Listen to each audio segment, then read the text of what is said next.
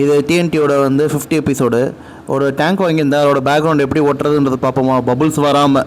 ஆக்சுவலாக ஒன்றும் இல்லைங்க, ஒரு ஸ்ப்ரே எடுத்துங்க. அதில் வந்து ஒரு சோப்பு தண்ணி எடுத்து கொஞ்சம் கலந்து வச்சுருங்களேன். அதை டாப்பில் ஃபுல்லாக ஸ்ப்ரே பண்ணிவிட்டு நம்ம வந்து பேக்ரவுண்ட் ஸ்டிக்கர் வாங்கியிருப்போம். அது என்ன கலர் வேணால் சூஸ் பண்ணிங்க. மேக்ஸிமம் ப்ளூ அந்த மாதிரி சூஸ் பண்ணிங்களேன், கொஞ்சம் பெட்டராக இருக்கும்.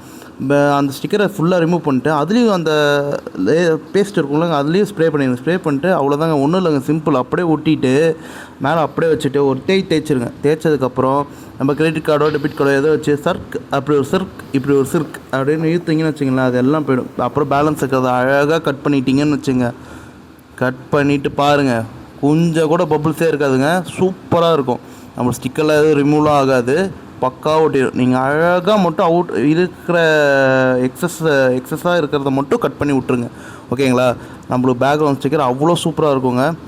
அந்த பபுள்ஸ் வராமல் ஓட்டினா தாங்க அழகாகவே இருக்கும் பேக்ரவுண்டு எல்லாமே. நம்மளுக்கு வந்து ஃப்ளோரான் யூஸ் பண்ணாலும் சரி, இல்லை வந்து கோல்டன் ஃபிஷ் யூஸ் பண்ணாலும் சரி, நம்மளுக்கு வந்து பேக்ரவுண்டு வந்து பார்க்கறதுக்கு நல்லா ஃபிஷ்ஷு வந்து ஸ்ட்ரெஸ் ஆகாது, உங்களுக்கு வந்து ஸ்மூத்தாக இருப்பாவில். அவ்வளோதாங்க, நம்ம வேலையை முடிச்சாச்சு. கொஞ்சம் கொஞ்சமாக அந்த பேக்ரவுண்ட் எல்லாத்தையும் கட் பண்ணியாச்சு. அவ்வளோதாங்க, ஒட்டியாச்சுங்க. ஒட்டிட்டு ஒரு தடவை எடுத்து நிமித்தி எல்லாம் பக்காவாக இருக்கான்னு பார்த்துட்டிங்கன்னா வேலை முடிஞ்சு போச்சு. பார்த்தீங்களா எப்படி இருக்குன்ட்டு? கொஞ்சம் கூட பபுள்ஸ் இல்லைங்க பாருங்கள், அவ்வளோதாங்க, சிம்பிளுங்க. ஓகே.